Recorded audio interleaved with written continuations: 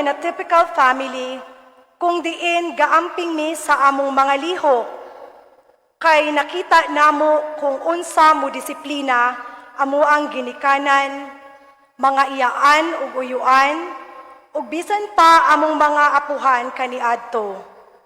Nga kadagamay nga sipyat ug sala nga mahimo, bunal diri ug luhod didto.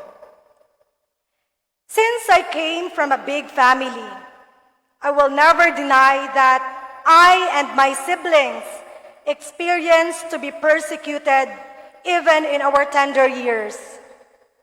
Mga pagsulay nga bit-bit sa panahon nga nagdalag daghang mga leksyon sa among kinabuhi. Ang masakit kay mismo imong kapamilya ang mubiay-biay kanimo. And because I'm still young, I never understand why they kept cursing us. Kay ubuot huna-hunaon, dili ba ang pamilya maoy unang manalipod ug mugiya kanato? Dili kuno mi makalampos kay daghan mi na mag-igsuon ug walay tarong obra ang among amahan ug daghan pang mga sakit na pinulungan. Apan bisan pa sa tanan, wala kininahimong babag kanamo sa pagkabot sa amuang mga damgo until we all became professionals. Luyos sa mga hait ug masakit nga mga pulong na akong naagian.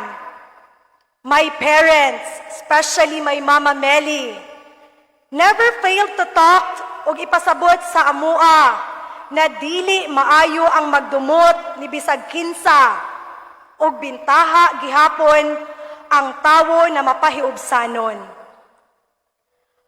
Ang akong di masabtan kung nganong maayo ra jud ang akong mama, maski giunsa nami pagbiay-biay.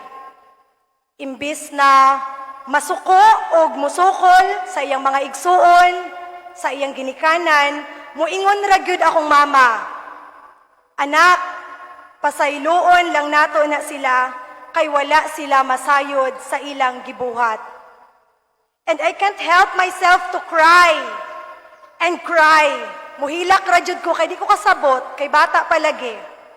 And ask myself, why are they so cruel? Nganong kontra kaayo mi, no? Dili gid namo masabtan, dili na ako masabtan. Tungod ba kay pigado mi or nubo ra jud ila paglantaw sa amua? Since then, I really wanted to become a police officer. Perhaps I was being influenced by my mama when she told me, anak, magpulis jud ka inugdako nimo. Aron walay magdaog-daog kanimo kay mahadlok na sila. Siguro na ako sa grade 1 or grade 2 atong panahona. Tungod sa iyang pulong, I was so eager and determined to finish my studies to become a successful police officer. Ug tuod man, gihatagan ako og grasya sa Dios nga mahimong pulis, nga magaserbisyo ilabi na sa mga dinaog-daog. Para sa kasayuran sa tanan, I was one of the Women and Protection Desk Investigator diri sa atong dakbayan sa San Carlos way back in 2015 hangtod sa 2018. I thought that when I become what I wanted to be, okay na, kay pulis na ko. Pero sayop di ay.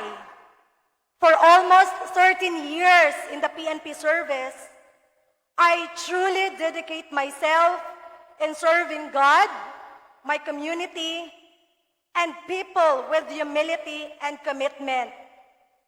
Buhing saksi ako na I am one of the members sa lector commentators diri sa atong simbahan.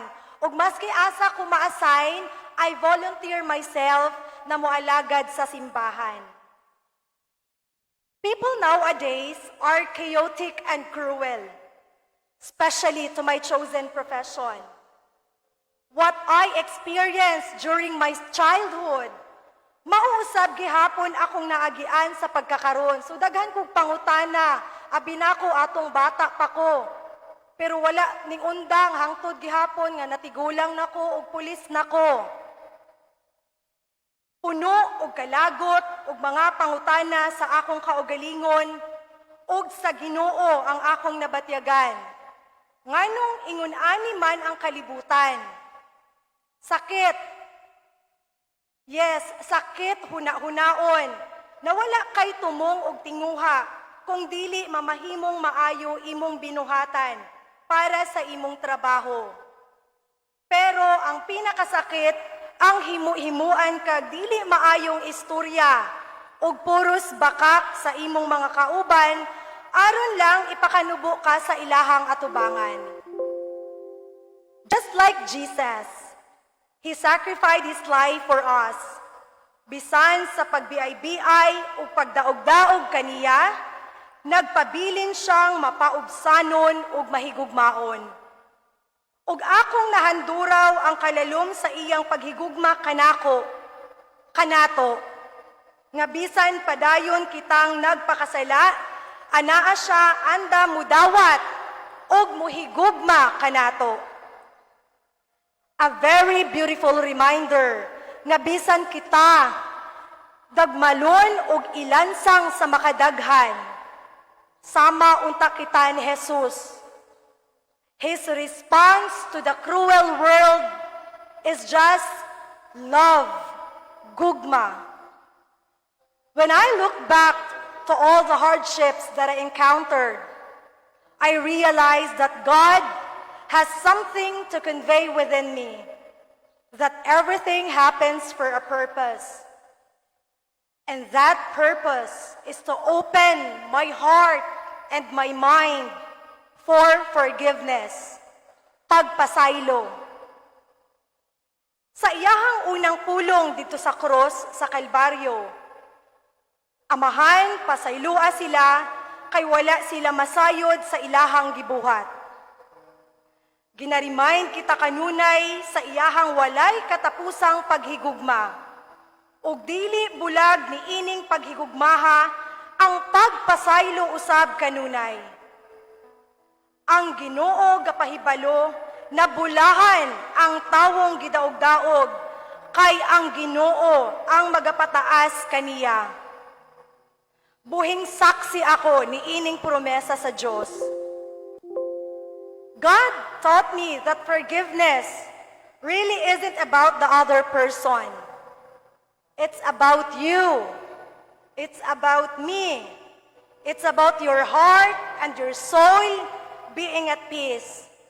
It's about you healing and moving on. It's about you not letting the past hold you hostage anymore. Kay kung magpadayon kita sa atong kalagot, no, mamahimo kitang piniriso mismo sa atong kaugalingon. Let's be kind and compassionate to one another, forgiving one another just as God forgave you in Christ. Daghang salamat. Amahan, pasaylua sila kay wala sila masayod sa ilahang mga gibuhat. Himaya sa amahan, sa anak, ug sa Espiritu Santo, maingon sa sinugdan karon sa gihapon, sa mga katuigan nga tanan. Amen.